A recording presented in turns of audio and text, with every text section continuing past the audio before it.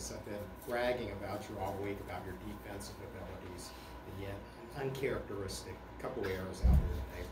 What went on with that? I think I was just trying to get rid of the ball before I was actually fielding it. So I mean, with Autumn having my back, like she's coming up and getting that next out. So I think just making sure I'm making the play before I get rid of the ball. Yeah, I'm really happy you said that because so in the game on the back of my lineup, I always write my notes, and a lot of times it's what I want to work on in practice. And one of my notes is when practicing double plays, make sure the corners stay down and field through the ball before they throw it. So I'm really glad you noticed that. You know that I only made 2 notes today, and that was one of them. So look, you're ahead of the game. That's when you know you're a senior. That's good.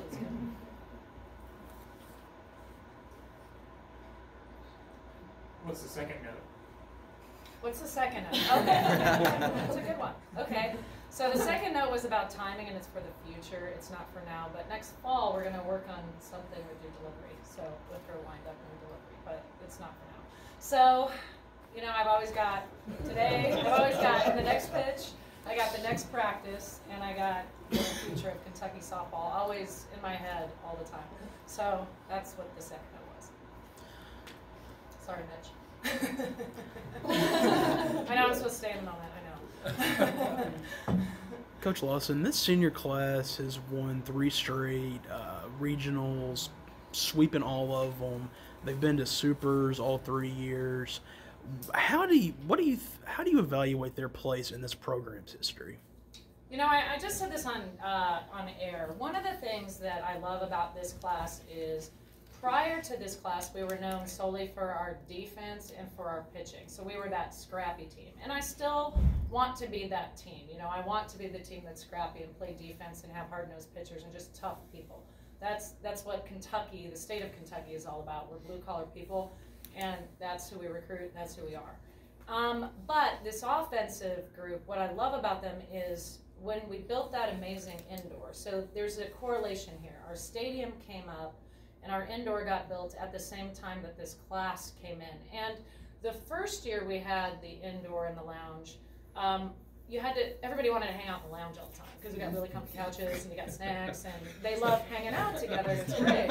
And they still love doing that, but they had to learn how to have the snacks and hang out and have a great lounge, but then you have all those moments during the day that they fill hitting in the cages all the time on their own.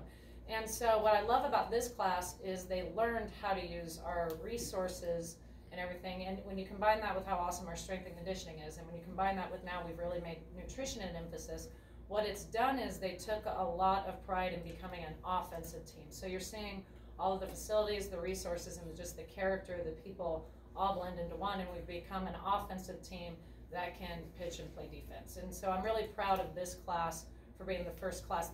You know, I always think about classes in terms of the legacy they leave, and I think that's the legacy that this group will leave.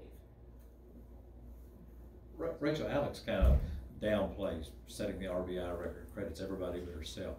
To you, what does it say to you that she set the all-time or the single-season RBI record here this year? Well, that's what I expect from Alex, so no, I'm just that's true. You know, I say this all the time. I recruited Alex because she has the it factor, and I don't know what makes Alex tick. I just know that she ticks at a very high level. And she's somebody who Alex gets yelled at a lot by me because she can take it, and it's something because I know she can be that great. And so for me, I'm just really happy that she's realizing her potential because she's always had that potential. She's an exceptional ball player. She has an exceptional mind, but she really is that humble. At times I have to yell at her to be a little bit more selfish. And when she kind of figured out that she had to be more selfish is when you started to see the RBIs come a little bit easier. And so anyway, I'm just proud of her that she was able to do that for herself. You've done a lot of tinkering with the lineup this season. You've kind of settled into a group here late in the season. What, especially at the top, what's prompted that, and then what's the value of having so much experience in those top 4 spots? Well, what's prompted that is Jenny Shaper, really, because if you look at her on paper, she should absolutely, positively not be the leadoff batter. Like, she doesn't have the foot speed you'd want out of a leadoff batter. She's not a slapper. She's a right-handed hitter, but her presence and her mindset and just her ability to calm things down. I remember putting her in the leadoff spot I remember the tournament, I put her in the leadoff spot. She did great, and then I moved her out and put Kayla back in there, and then it just didn't feel right not having Jenny lead off the game. So once I came to peace with the fact that Jenny's going to be the leadoff batter, then I started to figure out how do I stack people around Abby. So I know it's odd having a slapper batting fifth, but she's also an incredibly strong slapper, so she can slap it out of the infield. So basically, once we get through Abby and Alex, you know, Kayla has the ability to do a lot of things, and if she's not in an RBI situation, she can just turn the lineup back over. And so it was really prompted by Jenny.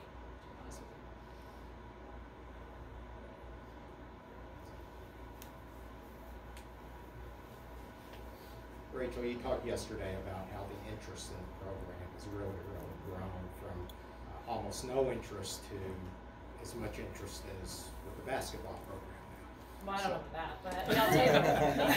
Don't downplay it. Yeah, okay, now, me and Cal right there.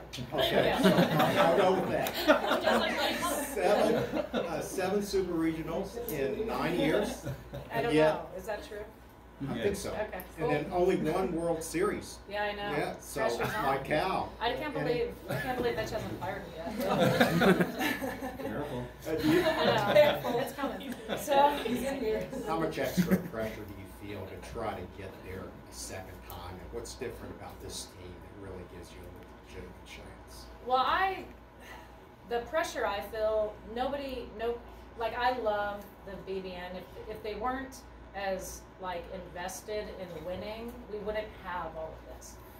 So their expectation level here at Kentucky is to win championships. So, I mean, even my first year when we first time we went to Supers and we hosted it here and we lost, I felt like I let down the whole BBN. And I feel like that every single time we lose. So I feel like we let down the grounds crew and stuff. So I'm used to feeling that, but nobody will ever put more pressure on themselves to succeed than I will. So as much as I feel it's my responsibility to carry them, I hate it. it's okay. I don't want to let them down. So You can feel love. no, Love there. no, I just don't want to let them down. So you know, that's what drives me. I hate when I'm talking. Every single welcome. time. Thank you. Any further questions? Man, I thought I helped. Nice. Thank you. All right.